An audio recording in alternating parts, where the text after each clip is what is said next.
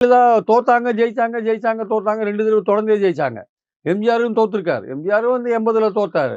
அதனால தோக்கவே இல்லன்னுலாம் சொல்ல முடியாது. அதனால பாயிண்ட் என்னன்னா தோக்குறது, ஜெயிக்கிறது அப்படின்றத காமிக்கிறவங்க யாருன்னு பார்த்தீங்கன்னா, செல்வாக்கு மிக்க தலைவர். அந்த சூழல பொறுத்து சில பேர் தோப்பாங்க, சில பேர் ஜெயிப்பாங்க.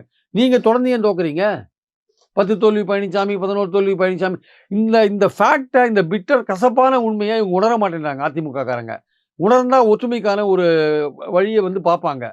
யார் வந்தாலும் பரவால்ல, சேர்த்துன்னு நம்ம கட்சி 26ல வெற்றி அடையணும்னு ஒரு எண்ணத்துல இருப்பாங்க. தன் மேலேயே நம்பிக்கை இல்ல. இவரு வந்தா கட்சி போயிடும். இவரு துரோகி, இவரு திமுகவோட ஆளு. நான் கேட்கிறேன், நீங்க தான் திமுகவோட ஆளுன்னு சொன்னா அதுக்கு பதில் இருக்கா உங்ககிட்ட? எடப்பாடி பழனிசாமிட்ட. கொடநாடு விஷயத்துல திமுக கவர்மெண்ட் எந்த விதமான நடவடிக்கையும் எடுக்கல. எதுலயும் 5 வருஷம் ஆகப்போகுது. கொடநாடு விஷயத்துல பல விஷயங்கள் பேசினாங்க. ஆனா இந்த விஷயத்துல நடவடிக்கையே எடுக்கலையே.